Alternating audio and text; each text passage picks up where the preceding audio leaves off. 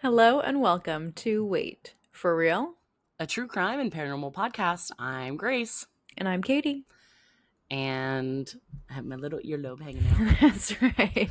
It's because I want to try to hear myself a little bit, but Yeah, it's hard. I bet there's a setting that we could fix that, but that seems like a lot of work. I'm like, is there? I bet there is. As I I'm don't know. like clicking into things, I probably shouldn't be I'm doing not that. clicking anything right Yeah, I now. shouldn't be well, yeah. I shouldn't be clicking anything either, ever, really, is the answer. I think that's how I For ended real up in though. that weird editing view where it was like switching. I still don't know how I did that. The last time it was fine. So I'm like, what did I do? I don't know how I got there. I I couldn't don't get out of it. know. I had to go into each individual clip and revert it back. That's crazy. I know. Yeah, I showed Katie today that I like looked at our podcast on Spotify and it like auto populates like chapters. That's definitely new. I knew that the audio that this software did that because when I Correct. go to edit it, it will say, like Yeah, it can Grace's like have broken nail. markers. Yeah. Yeah. Yeah. Which is wild. Like, it's Yeah. cool that I mean, it's probably AI generated and It it's doing a is. great Yeah. job. So I'm like, interesting. But Yeah, yeah. it's wild. So, and if you haven't watched, or sorry, if you haven't listened to us on Spotify, go check it out because it's on there Yes. and it's cool. It also transcribes us now, and I went back to older episodes to see if it did it, and it doesn't. So I'm also wondering, I Hmm. wonder if it happened when I don't know, maybe it's a combination of things, but I wonder if it happened when we switched to this New software platform. too. Yeah. I don't know, but I do love it. We're Yeah. using Riverside for anyone Mm-hmm. that podcasts. Big fan. Big Yep. fan. Way to figure something out since we needed video. And And because before you we were were leaving me. just, yeah, that was what led to the video, unfortunately. Before we were just recording in GarageBand, Raw dogging it, basically. raw dogging it. No, Yeah. no software needed. Yep. So, anyways, yeah, that's my update for you. And it's the last week of September, which means it's almost Halloween time. Shit. I know. That came out of nowhere. We are quite unprepared for spooky season, but we do promise, and I say this knowing that Grace is next week, to deliver some high quality spooky Halloween episodes. Yeah, I'm prepared. Don't you worry. Okay. That makes one of us. Yeah, famous last words, right? Yep. Love that for us. Okay. Shall we So, dive in? Oh, do you have updates?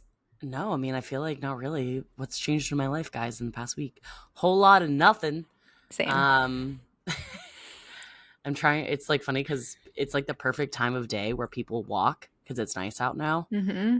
And so I'm like a stalker. I just watch people walk by my window. Like, I wonder if they're looking at you. oh yeah, 100%. You Yep. can see right into my house. I don't care. It's mostly because the way my blinds sit is like it's so creepy. Carla is like said it was creepy one time because it's you just see my legs, Yeah. but That's it's because I funny. have it up so Pancake can see. Yes, it's so sweet. Right now he's sleeping in the cat tree. Archie was sleeping, but now he's up, and I see his tail, and I just know, I'm like, this You're like is, something bad's about to happen. yeah, he's sniffing around for something to do. I love how your background, if you're watching us on YouTube, Grace's background is blurred. She used Always. to sit in a different spot, and it would just be like a wall behind her. And I was like, and mine just never, never blurred. You know what? Ask me what's back there. I'll tell you. I'll tell Well, you. you don't Ask in the want to know what's comments. in mine. Yeah. Like Grace if is I like, could it's top set up secret. I was thinking about moving my desk around and like setting up like a nice space again, Hmm. but that's a lot of work and I can't I even get know. myself to do my laundry half the time, so. I I don't like love recording from here from an aesthetic purpose. Mhm. But from a comfort purpose, it's amazing. And that's really what we're Yes. going for right now. Hell Comfort. yeah. Hell yeah. Yep. Okay. Well, so what are you covering today? We're just gonna dive in. Oh, okay. I'm I'm ready. not even gonna tell you what we're doing. But I will say that this is a case that may be familiar to many, although I would be shocked if it's familiar to Grace, but maybe today is the day. It I'm ready. eventually will happen, I think. So on June 6th, 1992, 19-year-old Suzanne, who goes by Suzie Streeter, and 18-year-old Stacy McCall both graduate from Kickapoo High School in Springfield, Missouri. Okay. And as there often are, there are lots of graduation parties that night, and Stacy and Susie go and attend quite a few of them, some that are in Springfield and then some that are in nearby Battlefield. Now, Okay. Wait, a Stacy town is and called Battlefield? yes. That's freaking badass. Now, Stacy and Susie were really close in grade school, but then they kind of grew apart as they got older, and then they just kind of happened to reconnect at this time. They're going to the parties together, and the last party that they're at is at their friend Janelle Kirby's house. And originally they were going to stay, well, okay, so they were originally supposed to go to a water park Okay. in nearby Branson, Missouri with Janelle. So Stacy, Susie, Janelle, and then I think Janelle's boyfriend, who I don't have a name for, the next day.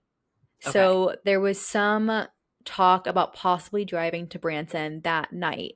And Stacy's mom had just said, please don't, like just wait until the morning and just do it then. And so around 10:30 p.m., Stacy calls her mom and says, we're actually not going to drive there tonight. We'll go in the morning, but we think we're going to stay at Janelle's house. Yeah, that's like convenient. Right. And so it's around 2 a.m., and they decide that actually Janelle's house is a little bit too crowded, and they're going to go back to Susie's house, which is just about 15 minutes away. And Okay. so Janelle and several other people at the party see them leave right around 2 a.m. And then they're going to Susie's mom's house. Susie's mom's name is Sherrill Levitt. Okay. So we have Suzie, Stacy, and Sherrill. Got it. And Now I hear the cat choosing I'm violence. so sorry. You're He has fine. this toy box and he's like just going through and like pulling out his toys, which is very Which is cute. so It's cute. very cute. And Stacy's mom's name is Janice. So fast forward to the next morning. It's June 7th, and Okay. Susie and Stacy, remember, are supposed to go to the water park with Janelle Kirby. Janelle calls them around 8 a.m., but no one answers, which she doesn't think is a big deal. But then nobody gets back to her. And it kind of is starting to get like later in the morning. And Janice also hasn't heard from Stacy. And she's like, this is bizarre. Yeah. And so What? she, just him pulling out the loudest toys he can find. Heck yeah, he is. That's what cats do best. Yeah. Uh, he's Oh, there sorry. we go. He's like throwing shit in the air. It's so funny because the software will probably end up like Cutting it editing all. out the sound in the background, but to us it's quite loud. So going back to the story, it's Janelle, her boyfriend, and Janice all kind of head over to Cheryl's house. Right. And that's Sherrill and Stacy's mom? Susie's. Susie's mom. Susie's. Okay. Janice is Stacy's mom, and Okay. Sherrill is Susie's mom. So they're Okay. going to Susie and Cheryl's house, and Yeah. that's located at 1717 East Delmar Street. And they get there, and nobody is answering the door. One of the first things that they notice is that the porch light shade is shattered, and there's glass on the floor. But the light bulb itself is still intact. Hmm. And without thinking much of it, the boyfriend sweeps up the glass because Sherrill they thought wouldn't like that. And so they twist the doorknob and it's open. Okay. They go into the house and it looks pristine. It looks like it's been cleaned, nobody's really around. They're kind of walking around the house tentatively, saying, Sherrill, they're calling out for them. Nobody's there. All of a sudden, something comes out from the shadows, and it's their little dog, Cinnamon, which is a Yorkshire Terrier, who they would later say Scary. is, yeah, is quite agitated at the time. Although I don't know. I mean, I don't know if the dog knew them very well. You know what I mean? So it's like, yeah, Yeah, like you guys might be defensive strangers, too. right? Yeah. And so they're looking around. They're looking around. Nobody's there. And then they see all three of their purses. Also, it's important to note that all three cars are there. So like the cars are there. Yeah, like everything is leading us to suggest that they're in the house somewhere. Right. And so they find their purses and they're all kind of like lined up together. And they Yeah. find like the car keys in the purses, they find cigarettes in the purses. And so they had noted that Sherrill was a chain smoker and they're like she wouldn't go anywhere without her cigarettes. And there's nothing. There's no sign of a struggle. Nothing is going on in the house. What? And when they're standing around, they hear the phone ring and someone answers it. It's either Janelle or Janice, and whoever is on the other end is saying sexually lewd things. So they hang up the phone, and then a little later on, the phone rings again, and the machine picks it up, and it's the same person saying things. Like And so what? I don't know, like they've never Oh, released what okay. exactly is said because they delete the message. What? And so at this point, they Janice would recall like she doesn't think that they need to call police, like she thinks that they're going to come back. That's However, okay. time goes on and it gets to around 7 p.m. or like later in the evening, and still hasn't heard from Stacy, and nobody's heard from Any of them. uh any of them. And a friend of Sherrill's had talked to her the night before at like maybe 11:15ish, and had recalled that she didn't sound like she was like in any distress. The conversation was normal, blah blah blah, and she had said something along the lines of like, I'll give you a call back later, and then she never called her back. Now, they eventually get police involved, and the investigation starts pretty immediately, and the FBI is called in the next day. Okay. They search everywhere. They're searching everywhere in the house. But at this point, a lot has been touched within the Yeah. crime scene. They search. There's a wooded area nearby. They search it multiple times, and they find nothing, nothing at all. Okay. Now, in Susie's room, they discover some stuff about some like satanic things. And like back in the 70s, 60s, 70s, 80s, satanic panic was a really big thing. Yeah. She had been dating a guy who ended up being part of a grave robbing group, Damn. and when she discovered that he was doing that, she broke up with him, and they get caught. And it was theorized that she was the one that turned them into police. And she was even set to testify against them. Shit. So some people think, like, could they have been involved? But I don't know. I don't know Mm. anything about what the the punishment is for grave Yeah. robbing. Shortly after the they had disappeared, so they're now referred to as the Springfield Three. Okay. A local woman reports that she had seen a green Dodge van driven by a young woman who looked like Suzie. And the woman said that the person, or Suzie or whoever was driving the car, looked scared, Okay. and that she overheard a man who said something along the lines of, "Don't do anything stupid." And police really put a lot into looking for this green Dodge van. They even go as far as to hypnotize the women who had claimed to have seen it. They put out pictures. I mean, they're doing everything they can to find this van. Nothing ever really comes of it. They're not able to find anything, nothing. Okay. So in 2002, two women pointed police in the direction of a concrete company in nearby Webster County, stating that there were men who nope, drove Yeah. a similar model van, and cadaver dogs are brought in. Wait, so And when did they go missing? What year? 1992, so this is 10 years 10 years later. later. Okay. Now, they bring in cadaver dogs and they hit on three places.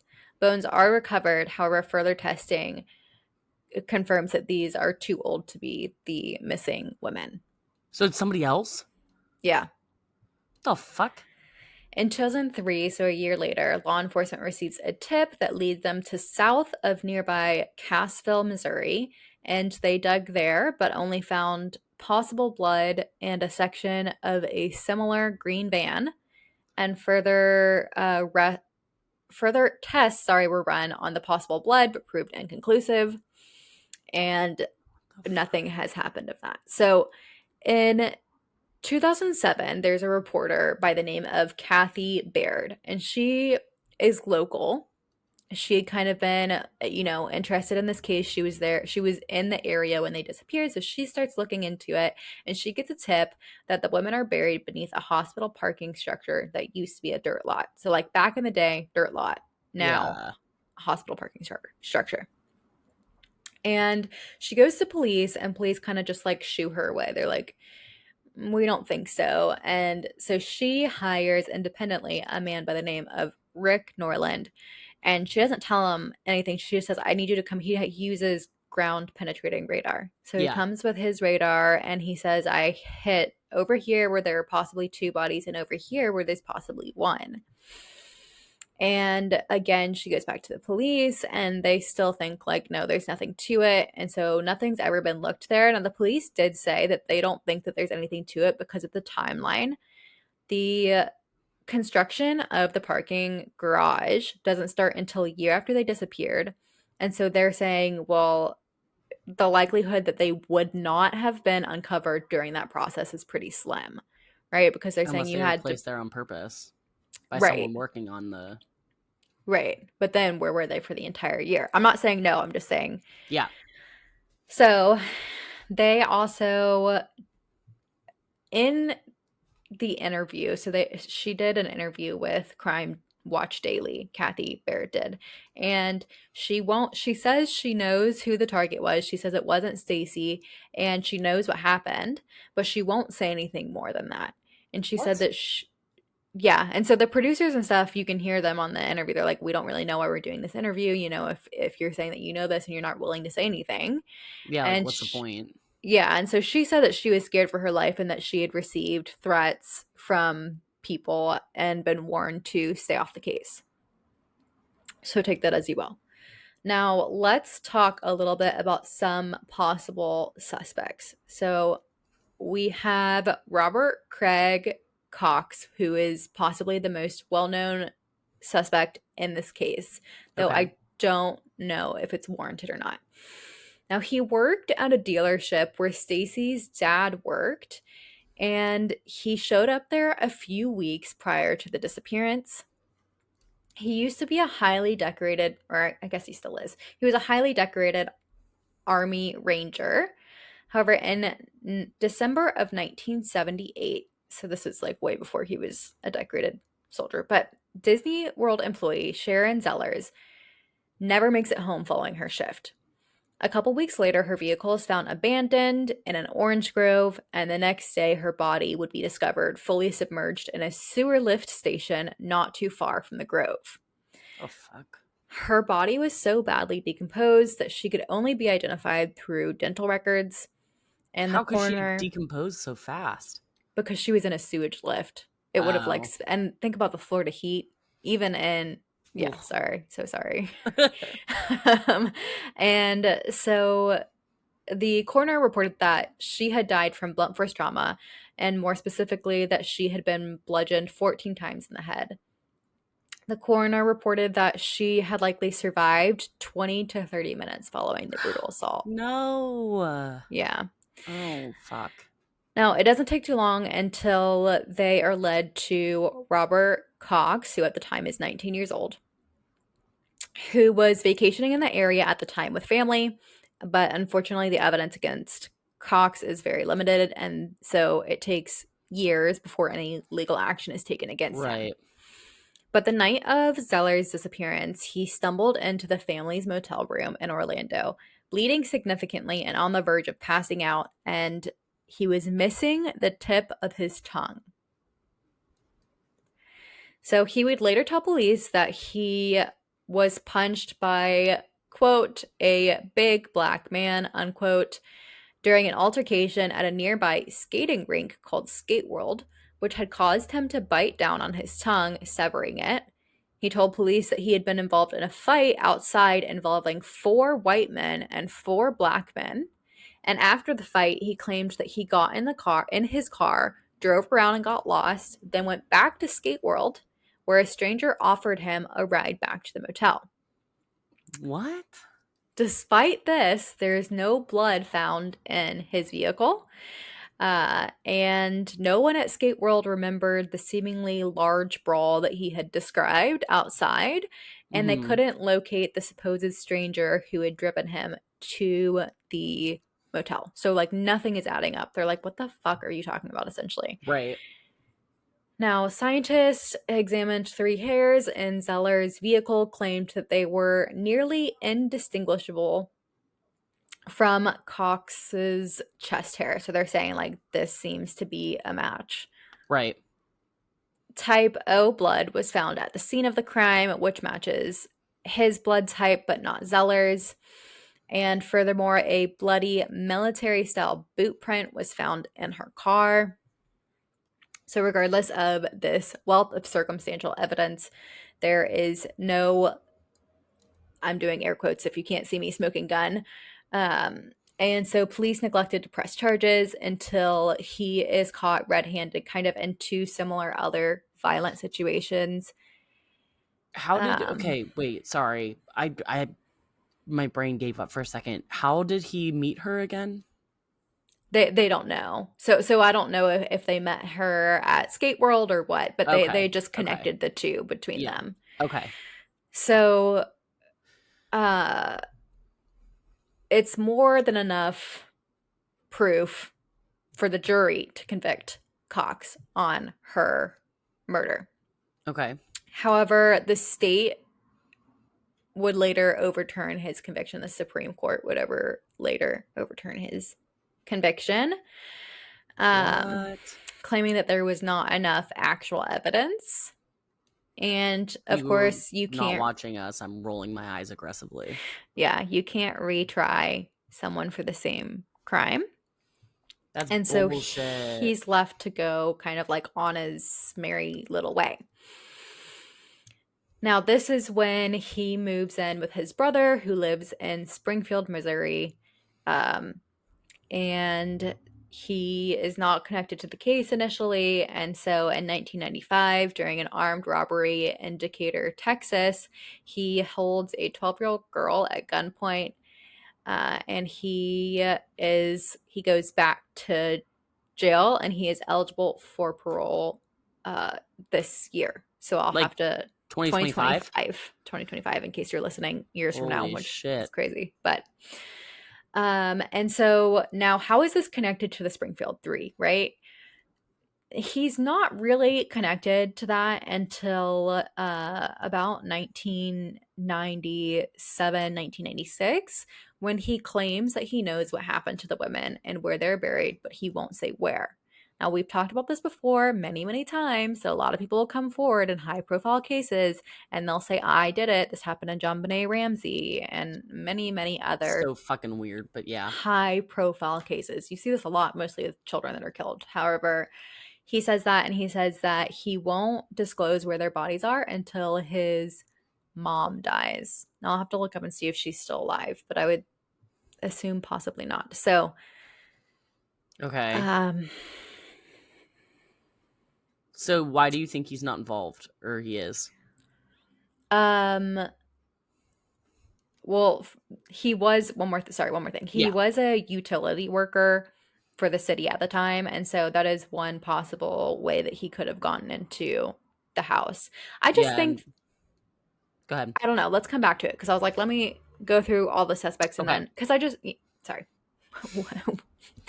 We're gonna wrap him up. We're gonna go over the next ones and then we'll kind of think of like what could have happened Okay. to these women. So the next suspect is Bart Levitt. Now Bart Levitt is Sherrill's son. So Sherrill and Suzie, Yep. mom and daughter, and Bart. A lot of people don't think that this is true, but I still will bring it up because you will see it floating around out there. So, on the night in question, Bart told police that he drank and then passed out at home. And since Bart lived alone, there is no one to verify his alibi. And he was estranged from Sherrill. They had a troubled relationship, and he just continually had an issue with alcohol, which is the main point for their estrangement. Okay. Bart has allegedly always cooperated fully with the Springfield police. He took a polygraph shortly after they disappeared and passed. However, you know how I feel about polygraphs. Uh, Also, like, that's his sister and his mom. yeah, Like, saying he's an alcoholic doesn't give him a reason to be violent. And right. yeah, okay. Sorry. But it is thought that. So in 2000, he was investigated in relation to a kidnapping and coercion case in Las Vegas. And in 2019, he's found in trouble with the law once again, and this is out of Smyrna, Tennessee, on suspicious of public intoxication, disorderly conduct, and attempted false imprisonment. Police said that he entered a nail salon in Smyrna, claiming to be a grandfather of a 15-year-old girl who did not recognize him and thus refused to leave with him. The Now, fuck?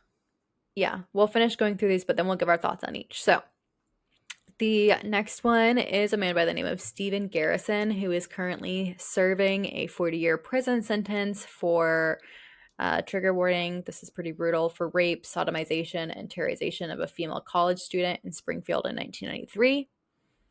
Like Fucking hell. Robert Cox, Stephen Garrison provided the police with information claiming that during a drunken party, a friend of his confessed to killing the Springfield Three and told him where he'd buried the bodies and stashed some of the evidence.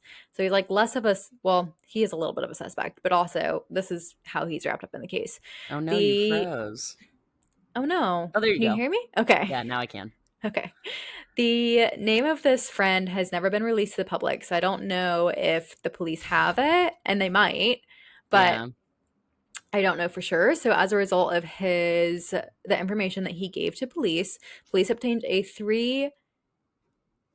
they obtained 3 search warrants for 2 sites in Webster County, slightly east of Springfield. Remember, we talked about Yeah. Webster a little bit earlier. One of these sites had been previously searched by police in 1990 before the Springfield Three ever went missing in relation to multiple other missing persons cases. Dang, they got a Uh, lot going on over there. they do. And so Garrison told them that they would find the moss green van. Once again, we're back at the green van. The woman had, excuse me, the woman had been abducted in 12 miles south of this site, and they still aren't able to locate it. So, but also, like, what are the chances? How long is it going to be there? So, the only reason that they gave any weight to what he had said is that he seemed to know details of the cases that had never been released to the public. Okay. Um, and so they were so entranced by his story that they had a gag order issued surrounding the searches. And that's pretty much all there is to them. So let's go back. Let's go through suspects, starting again with Robert Cox. Okay. So I do think he is the most believable of the suspects, but I don't know that that necessarily means that Which one? He was the one who. he was the first one, the one that was connected to the Oh, body right. in Yes, yes, yes, Orlando, yes, and yes. then Okay. he's the one that said he had killed them and that he knew where their bodies were. And let's see where he is today. I want to sort of understand like what the motive is behind what happened that night. You know what I That's mean? the thing is nobody Because why was the house so nicely knows. cleaned? Yeah, no, nobody knows. So either the house was just never uh like never made messy, or like it had been cleaned that day, Like it's weird that or like the purses are all lined up together and like there's no yeah. trace of them, but the dog's agitated and the dog is there. Like, and there's just no sign of a struggle or anything. So it could have been something as simple as like one of the girls got put at gunpoint and so they had to follow, like the mom followed and the other girl followed. But Yes, yeah. it just isn't adding up to being like there's no motive behind, like I can't think of a reason why somebody would target them specifically. I don't know. Yeah. All right, so did you find out where he's at?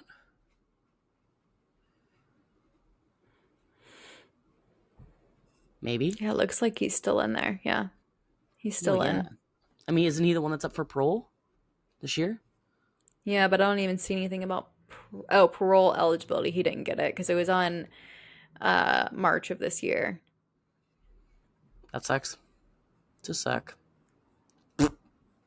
That's what I Yeah, have to say about agreed. him. I mean, he definitely has like the violent past slash history to justify something like this happening. But, you Yeah, know, so it said, just to give more information, so the parole decision, it was denied on June 13th, 2025. Okay. It says that the criminal history, the record indicates that the offender has repeatedly committed criminal episodes that indicate a predisposition to commit criminal acts upon release.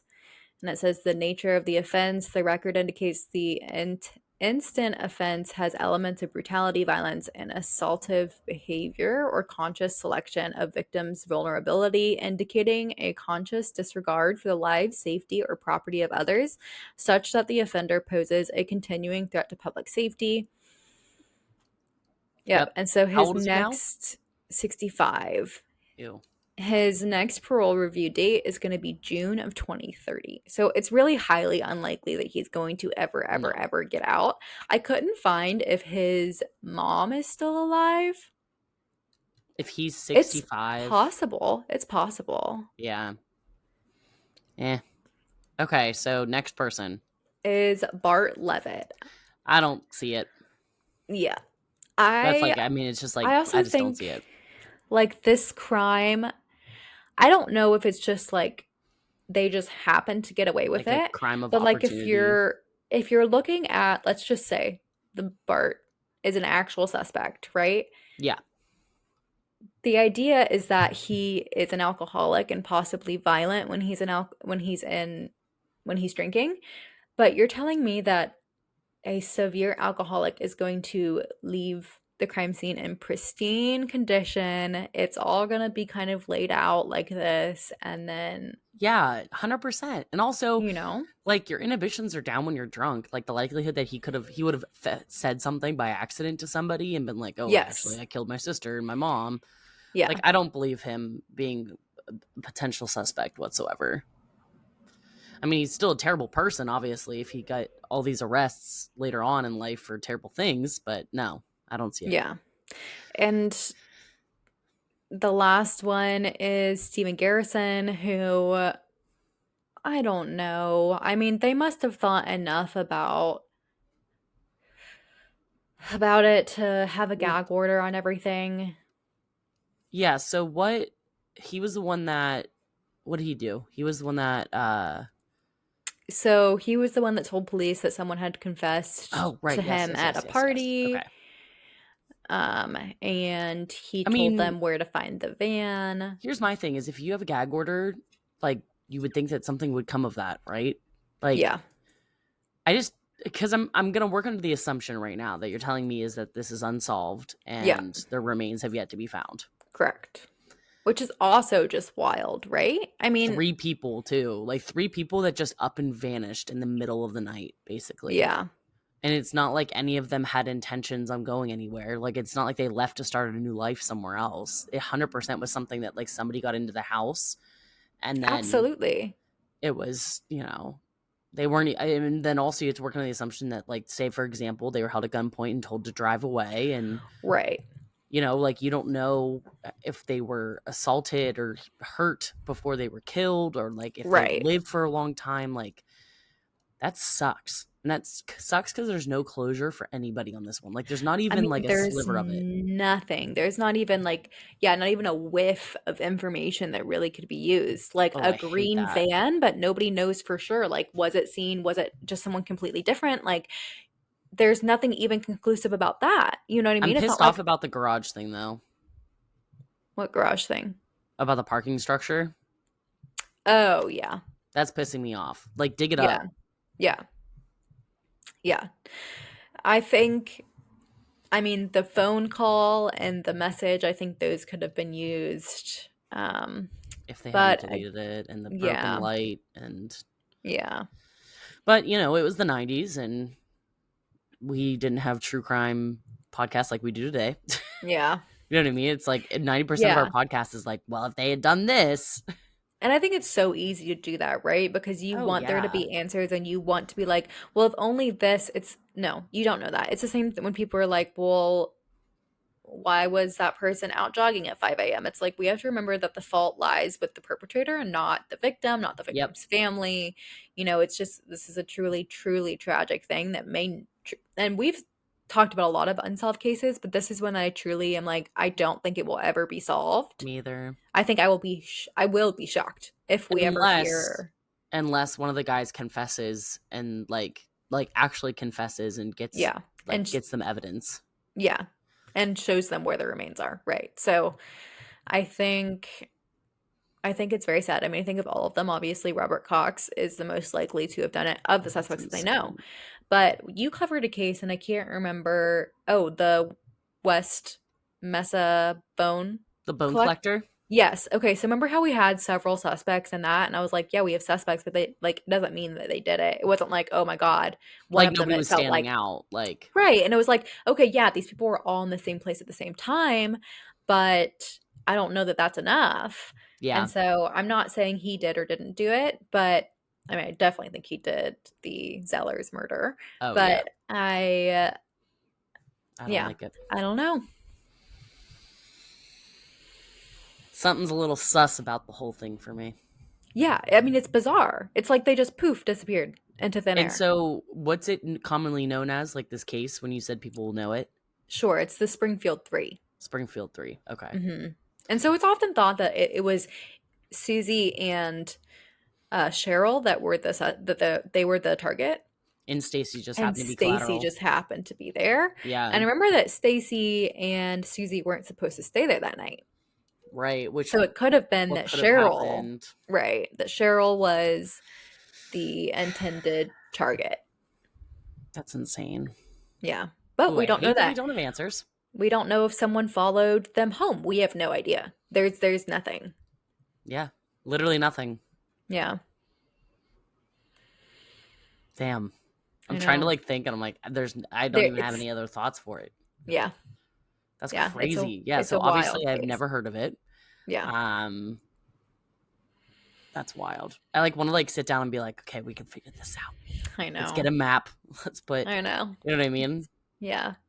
But damn it, that's a Hmm. good one. But I'm pissed. I don't know. I know. Ugh. Well, if you guys made it this far, thank you guys so much for listening. Hmm. I hope you're also as frustrated as I am right now that we don't have an answer. Um, Couple of ways that you can help support us. One is to subscribe to us however you're getting your podcast, whether that be on our YouTube channel right now or on Spotify, Apple Podcasts, any of those fun things. Subscribe and then also leave us a review or, thumbs up on whatever YouTube. I think you do thumbs up on the videos and stuff Yeah. like that. Every time you interact with us is definitely like really helpful for us because these are Hmm. cases that I think some people like me don't know about, and it's interesting to learn. Yeah. Um, as they always say, you learn from previous mistakes and things like that. So, Hmm. a couple other ways that you can reach out to us. We have our Instagram, which is at Wait for Real Pod. We have our email, which is waitforrealpod@gmail.com. You can send us a text that's in our show notes. It just sends us a text. We can't reply, but we at least see it. And if you want to help support us financially, because we some broke bitches, we have a link to buy us a cup of coffee. And shout out to the people that have done that in the past for us. We really appreciate it. Yes. And I think I tried to cover everything in one go this time. You did great. Hell yeah. Hell yeah. So anyways, we will leave it as always. Go to therapy. And don't forget to leave the lights on.